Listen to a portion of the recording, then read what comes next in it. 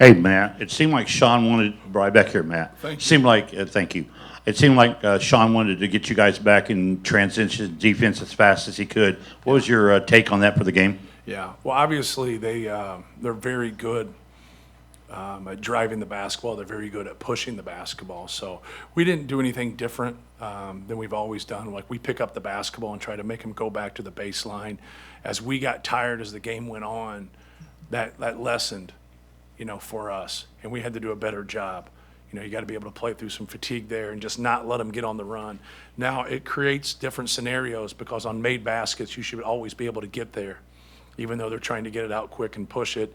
Sometimes with like a turnover or like a tough miss, sometimes you can't directly get the ball steered and get it going east and west. They want to go north and south, and we want to try to get it east and west. And so they're just trying to put that pressure on the paint, put that pressure on the rim, and just keep attacking. And we're trying to build walls and prevent it. And at times we were really good, and other times their offense was better than our defense.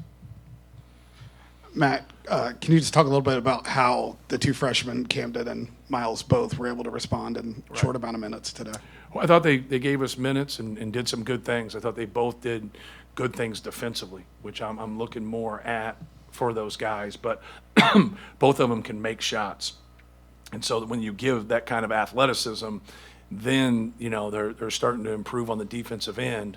Obviously, Miles, made huge shots for us. He finishes the first half, which is a great momentum basket. And then when he, sits there for a while and makes that big basket when they go zone on that three, that was key for us. But I thought they were very good on both ends of the court. Matt, over here. Thank you. No problem. When it comes to Miles, in the 3 games he's played, you brought him in at the 10-minute mark against Samford, 11, Morehead State, 6 Yeah. tonight.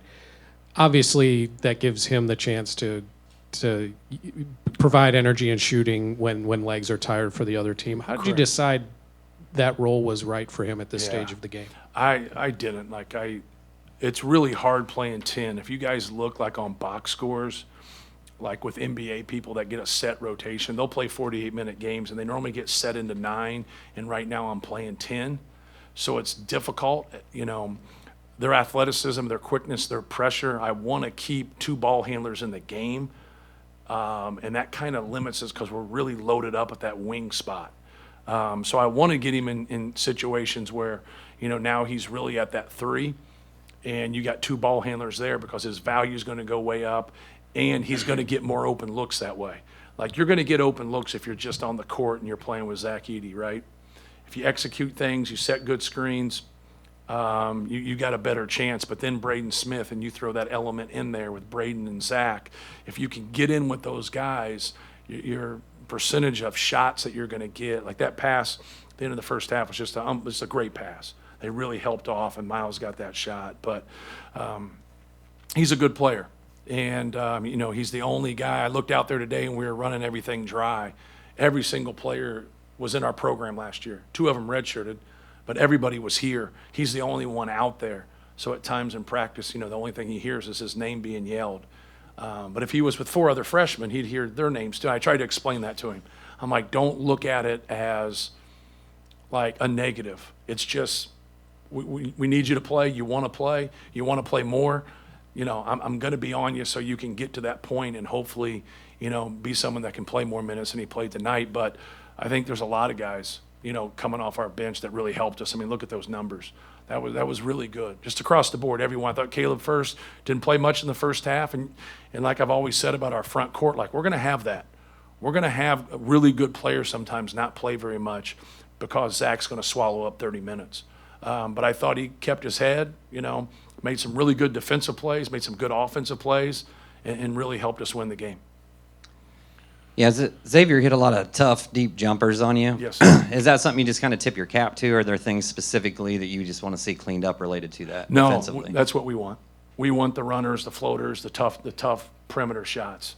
We're big on trying to keep the ball out of the paint. We're big on not fouling, staying into ball screens, not letting them get, clean threes, and really forcing them into those tough runners, floaters, especially oversized.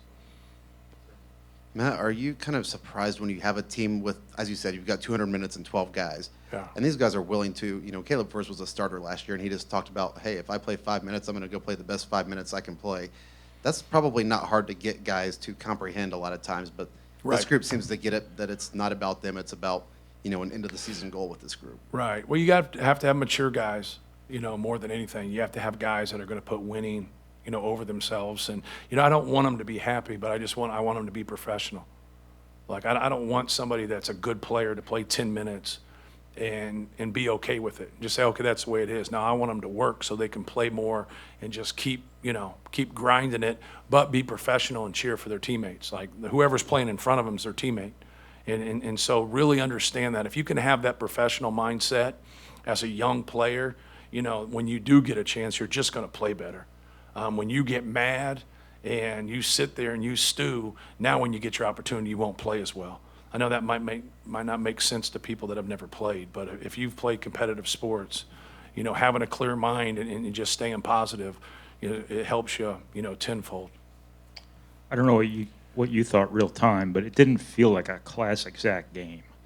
And then he finishes with 28-11, 11 fouls drawn, 4 blocks. How do you not take that for granted when he does it every game, sometimes quietly? Right. Well, if you watch him, you expect him to make every shot. But what's a cool thing about it is so does he. So he missed 8 shots. Like, he's not happy about it. And so, his gauge isn't somebody else. His gauge is himself. But as long as we win, I know he's happy. I thought he did some really good things. They stayed home a lot and made him make some tough, post moves.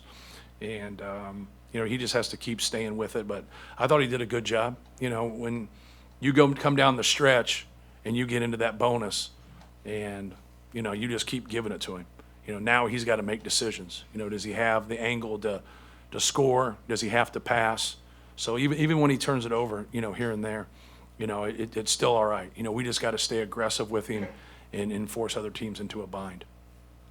Matt, you talked about Caleb a little bit. Just what does he bring you as a guy who can play the 4 and the 5? What value does he add when he's on the court? Yeah, well, he rebounded well. He had some block shots. Obviously, he stuck that 3, which was a big 3 for us. Just his versatility, more than anything. And, when he's detail-oriented and he's paying attention to details, he's a good player. That's when his athleticism comes out. He's got a good ability to sense things, especially with Zach about diving. He can make some hard dives and get dunks, get layups when they give him too much attention. But no, he's a good player. And he's been a little bit short on minutes here because of what I've talked about. But tonight it felt like from a defensive standpoint, it really helped us. Then he made a couple key offensive plays, and it just made sense to stay with him more down the stretch. Matt, how much value is it in the timely three-pointer? Because we've seen you guys go volume a lot. Right. But just the timeliness of three-pointers Right. as you get through this season, is this something that can really help your team as you get deeper? I hope so.